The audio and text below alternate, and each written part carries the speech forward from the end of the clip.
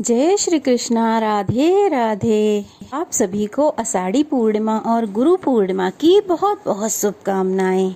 आज पूर्णिमा के शुभ अवसर पर आप सुनेंगे पूर्णिमा व्रत कथा, जो एक बार द्वापर युग में मैया यशोदा के पूछने पर भगवान श्री कृष्ण ने उनको सुनाई थी। इस कथा को सुनने से सुहागिन स्त्रियों का सुहाग अखंड रहता है, दाम्पत्य जीवन खुश रहता है, कुंवारी कन्याओं को मनचाहा वर मिलता है और जिसकी जो कामना हो वो पूर्ण हो जाती है। तो चलिए पूर्णिमा की कथा सुनने से पहले सुनते हैं भगवान श्री कृष्ण की एक बहुत ही सुंदर कथा। भगवान पर भक्त कितना विश्वास करते हैं यह आपको इस कथा से पता चलेगा। एक दिन रात के 2:30 बज रहे थे। एक सेठ को नींद नहीं आ रही थी। बार बार इधर से उधर करवटें बदले जा रहे थे। कोशिश करने पर भी उन्हें नींद नहीं आ रही थी। ये तो बिल्कुल सच है कि पैसे से सब कुछ खरीदा जा सकता है, लेकिन सुकून नहीं खरीदा जा सकता। मन का सुकून तो भगवान के चरणों में ही है और मन को खुशी तभी मिलती है जब आप किसी गरीब जरूरतमंद की सहायता करके उसके चेहरे पर वो मुस्कान देखते हैं। सेठ जी को नींद नहीं आ रही थी, बड़े बेचैन थे, तो वो बिस्तर से उठे और उठकर बाहर निकले। बाहर निकलकर अपनी गाड़ी निकाली और शहर की सड़कों पर इधर उधर घूमने लगे। इधर उधर भटकते रहे, कहीं पर भी उन्हें ऐसा महसूस नहीं हुआ जहाँ पर उन्हें चैन मिल सके। काफी आगे गए तो उन्हें कान्हा जी का एक मंदिर दिखाई पड़ा। मंदिर देख उन्होंने गाड़ी वहीं पर रोक ली और सोचने लगे कि थोड़ी देर इस मंदिर में जाके बैठता हूँ और भगवान के चरणों में बैठकर प्रार्थना करता हूँ। हो सकता है मेरे मन को कुछ शांति मिल जाए। ऐसा बहुत बार होता है, जब हम भगवान के चरणों में ध्यान लगाकर बैठते हैं तो हमारे मन को बहुत शांति मिलती है। सेठ जी मंदिर में पहुंचे तो क्या देखते हैं कि पहले से ही भगवान के चरणों में कोई दूसरा आदमी बैठा हुआ था। वह आश्चर्यचकित रह गए कि आधी रात को यह आदमी मंदिर में बैठकर क्या कर रहा है। जब सेठ जी ने उस चेहरे को देखा तो क्या देखा कि वह आदमी बहुत उदास है, उसकी आंखों में करुणा तैर रही है। सेठ जी ने पूछा, क्यों भाई, इतनी रात को मंदिर में क्या कर रहे हो? तो वह आदमी बोला, मेरी पत्नी अस्पताल में है। अगर सुबह तक उसका ऑपरेशन नहीं हुआ तो डॉक्टरों ने कहा है कि वह मर जाएगी और मैं बहुत गरीब हूँ। मेरे पास ऑपरेशन कराने के पैसे भी नहीं हैं। यह सुनकर सेठ जी की जेब में जितने पैसे थे उन्होंने सब निकाल कर उस आदमी को दे दिए। वह पैसे लेकर आदमी बड़ा खुश हुआ। अब उसके मन में विश्वास था कि अब ऑपरेशन करा के वह अपनी पत्नी को बचा सकता है। सेठ ने उसे अपना कार्ड दिया और कहा, इसमें मेरा पता लिखा है, फोन नंबर लिखा है, जब कभी तुम्हें जरूरत हो तो बता देना। उस आदमी ने वह कार्ड वापस कर दिया और कहा, भाई मेरे पास उसका पता है तो इस पते की जरूरत नहीं।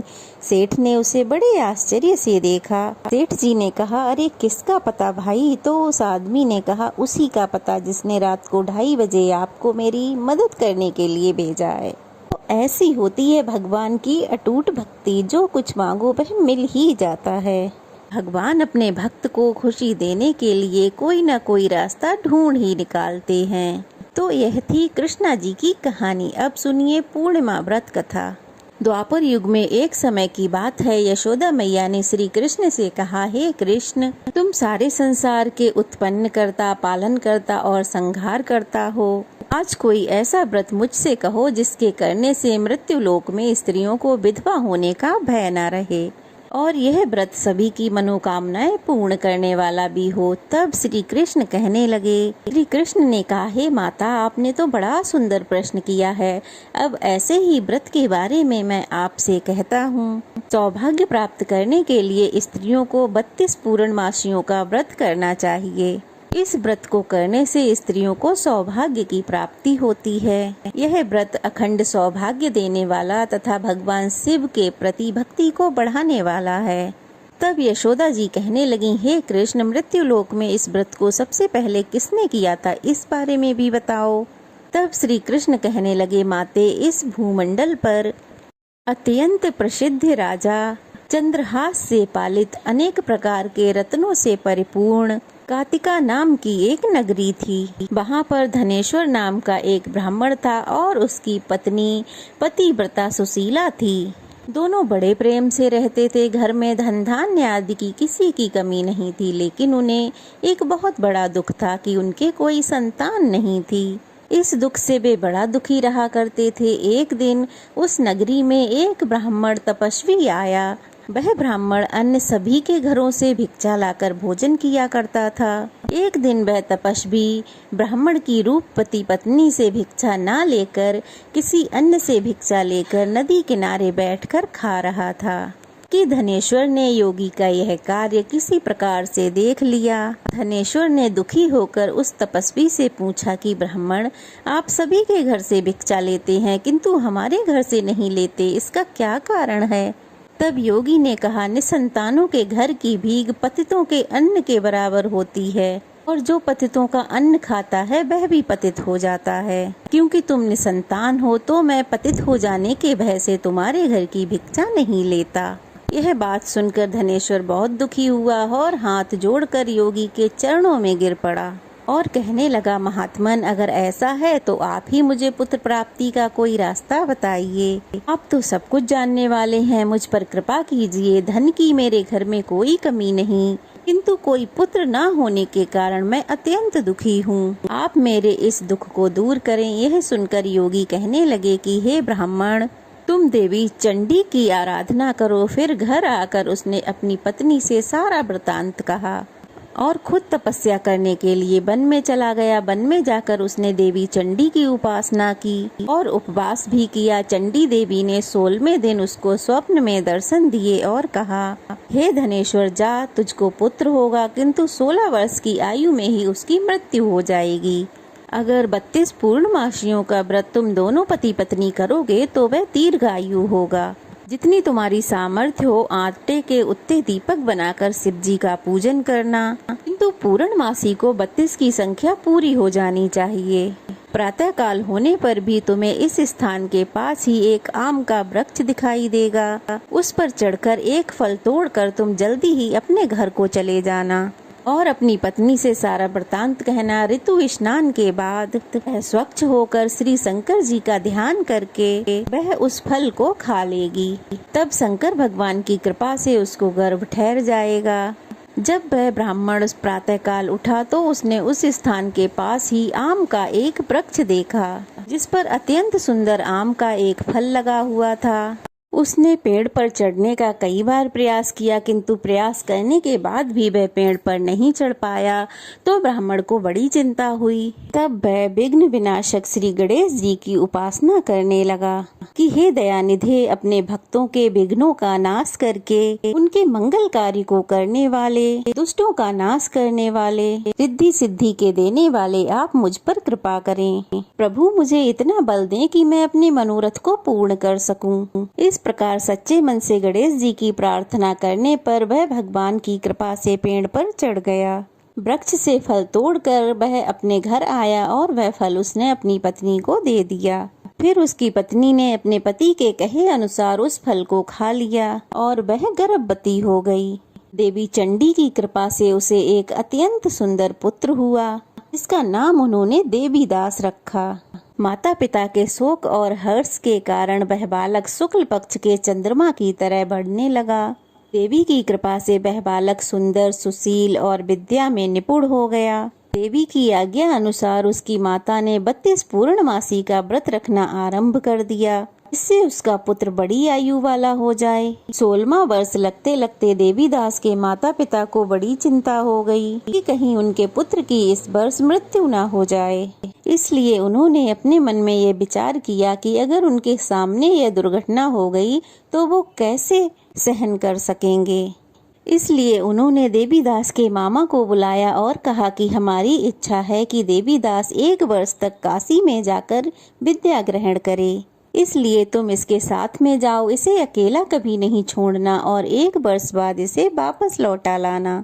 सारा प्रबंध करके उसके माता पिता ने देवीदास को काशी जाने के लिए एक घोड़े पर बिठाया और उसके मामा को उसके साथ कर दिया। बालक के अल्पायु होने की बात बालक को या उसके मामा को नहीं कही। धनेश्वर ने अपनी पत्नी के साथ मिलकर अपने पुत्र की लंबी आयु के लिए देवी भगवती की आराधना और पूर्णमासियों का व्रत आरंभ कर दिया। इस प्रकार उनके व्रत पूर्ण हुए। एक बार वह मामा और भांजे रात बिताने के लिए किसी गांव में ठहरे हुए थे। उस दिन उस गांव में एक ब्राह्मण की अत्यंत सुंदर सुशीला विभूषी कन्या का विवाह होने वाला था। जिस धर्मशाला में वर और बारात रुकी थी, उसी धर्मशाला में देवीदास और उसके मामा भी ठहरे थे। संयोग बस कन्या को तेल आदि चढ़ाकर मंडप आदि का कार्य किया गया तो लग्न के समय वर को धनुर्वात हो गया। वह हिलने डुलने और चलने में बिल्कुल असमर्थ हो गया। तब वर के पिता ने अपने परिवार वालों के साथ परामर्श करके विचार किया कि ये देवीदास तो मेरे पुत्र जैसा ही सुंदर है, तो इसके साथ ही लगन करा दूं। बाद में विवाह के सब कार्य मेरे पुत्र के साथ हो जाएंगे। ऐसा कहकर वह देवीदास के मामा के पास जाकर बोला कि तुम अपने भांजे को कुछ देर के लिए हमें दे दो, ताकि विवाह के लग्न का सारा कार्य सुचारू रूप से हो सके। तब देवीदास के मामा कहने लगे कि जो कुछ भी कन्यादान और मधुपर्क के समय मिले वो सब हमें दे दिया जाए, तो मेरा भांजा इस बारात का दूल्हा बन जाएगा। यह बात वर के पिता ने स्वीकार कर ली। तब मामा ने अपना भांजा भेज दिया।